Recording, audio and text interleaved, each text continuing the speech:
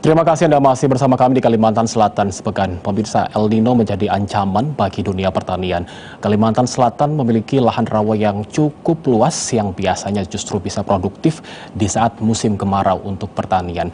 Satu sisi, kebakaran lahan rawa gambut juga menjadi ancaman tersendiri.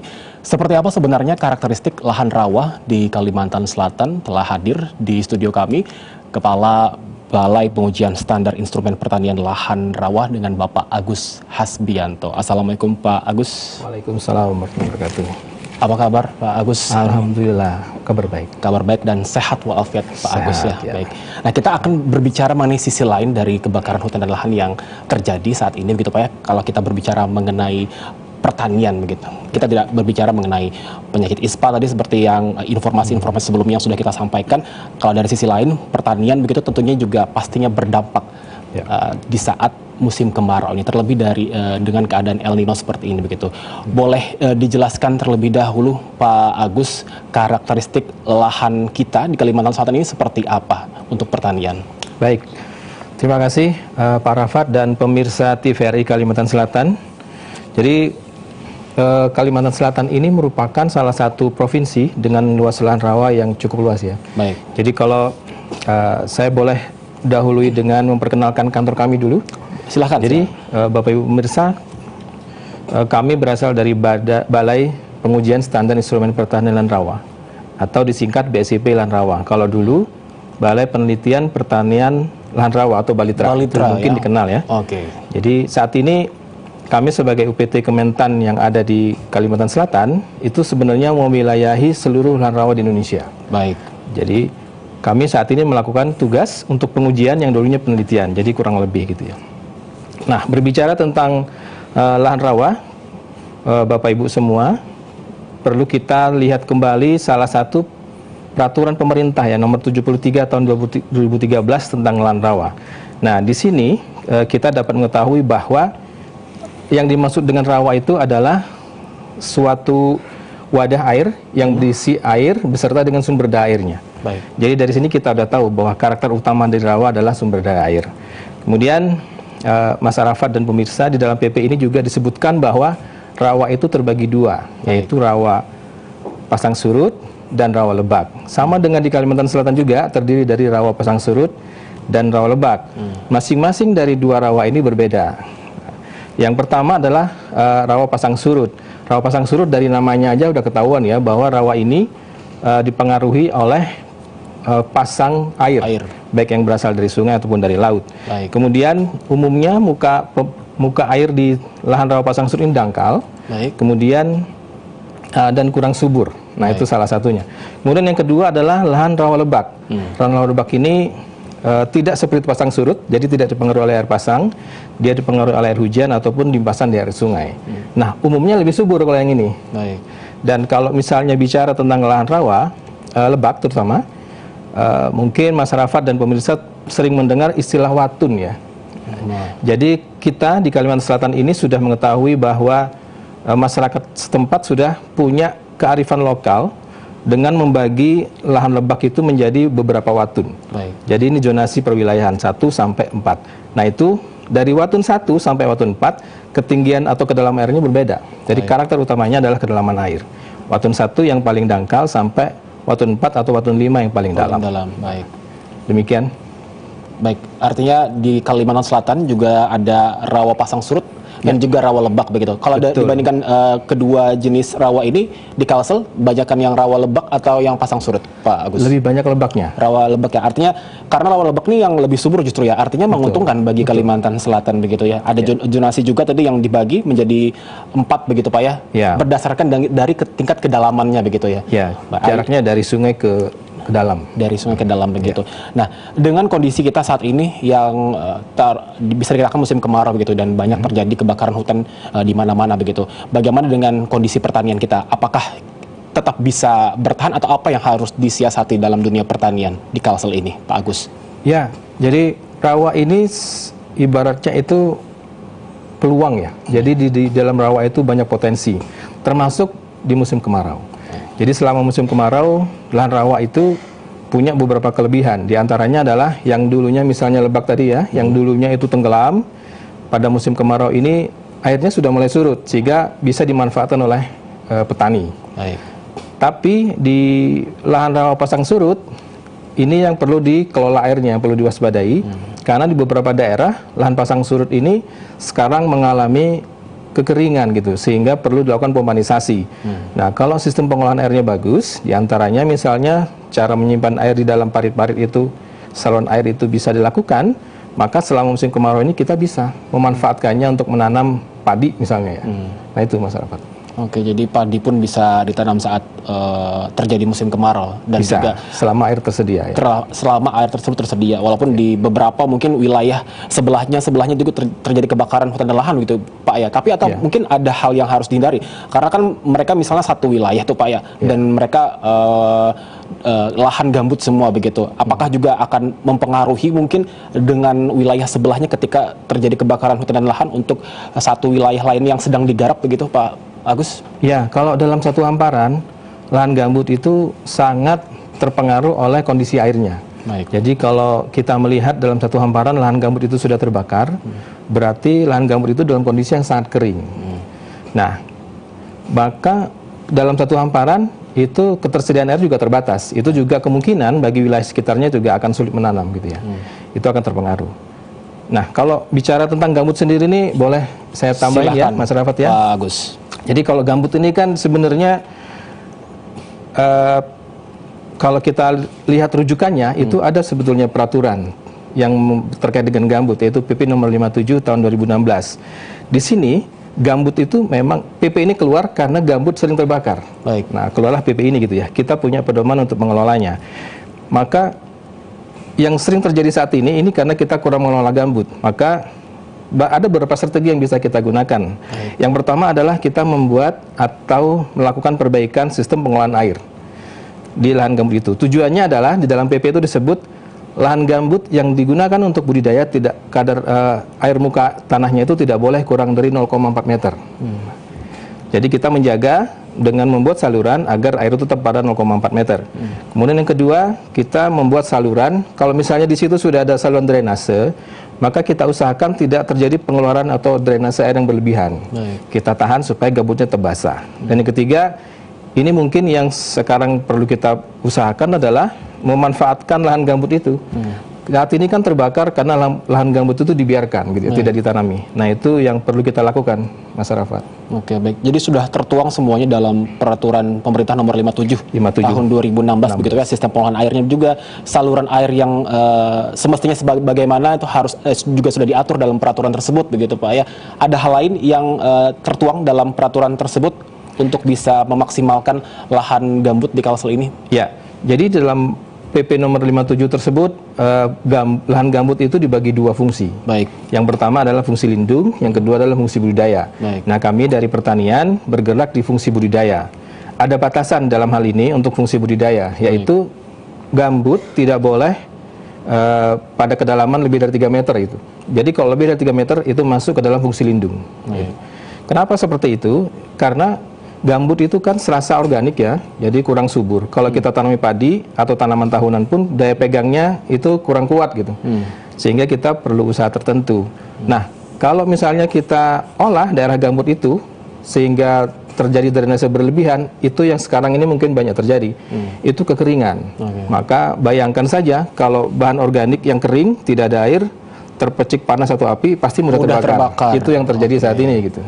Baik. Maka dalam PP ini ditentukan harus basah dengan ketinggian air paling dangkal 0,4 meter. Itu sudah cukup untuk membasahi sampai ke permukaan lahan gambutnya.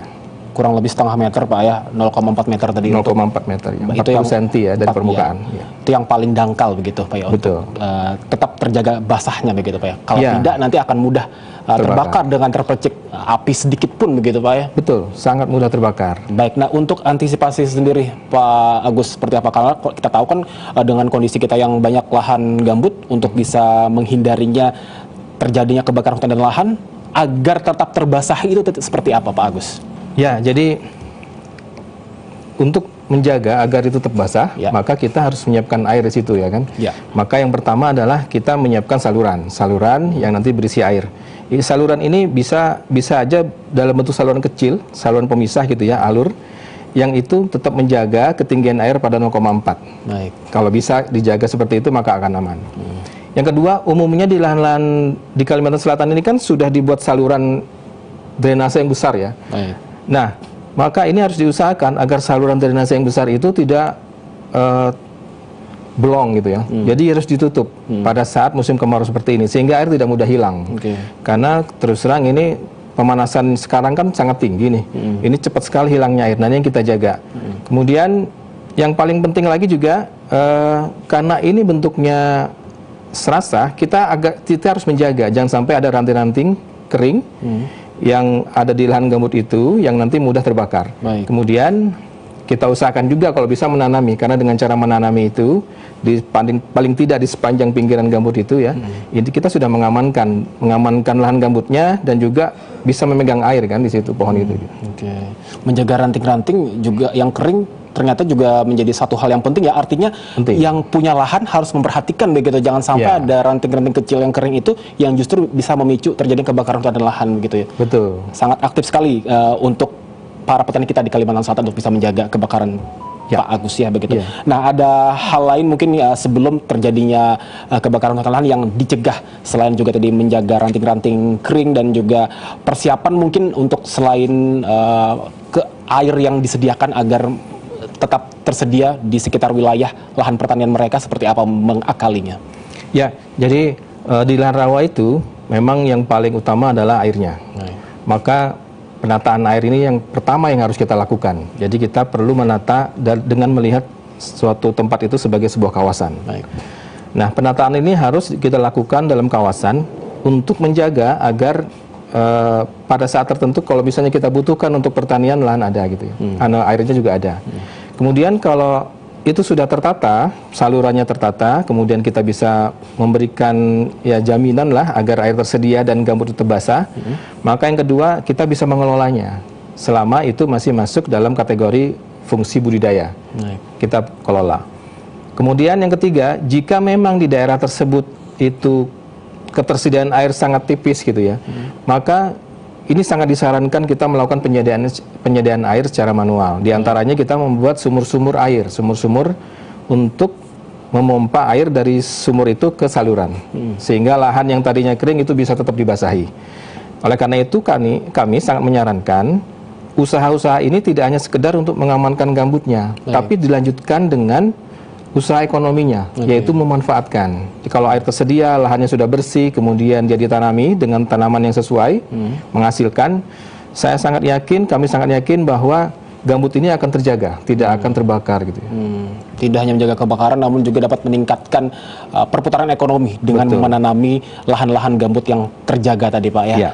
Kondisi basahnya seperti apa dan air yang tersedia juga cukup untuk bisa membuat sebuah pertanian bisa berjalan dengan lancar begitu Pak Agus ya. Baik, nah kalau dari data mungkin ada yang bisa disampaikan Pak Agus untuk lahan produktif kita yang lahan gambut ataupun lahan rawa di Kalimantan Selatan ini di mana saja dan berapa luasannya, mungkin ada data yang bisa disebutkan Pak Agus? Ya, jadi kalau kita mulai dari Indonesia saja ya, jadi kita punya sekitar 31,6 juta hektar itu lahan rawa. Nah, di Kalimantan Selatan ini terdapat 1 juta hektar, lebih dari 1 juta hektar. Artinya Kalsel ini memiliki sekitar 3% dari total luas lahan rawa di Indonesia. Nah, dari 1 juta itu terdiri dari lahan pasang surut yang tadi, itu sebanyak 430.000 hektar. Dan lahan lebak sekitar 570 hektar. Artinya 57% dari lahan rawa kita adalah lahan lebak. Dan sisanya 43% adalah lahan rawa yang pasang surut. Nah, kalau dilihat dari wilayah, lebak yang banyak itu tersebar di 12 kabupaten kota, Mas Rafat. Jadi hampir semua kabupaten kota itu punya rawa lebaknya. Punya lebak. Sedangkan pasang surut itu di 6 kabupaten kota di Kalimantan Selatan.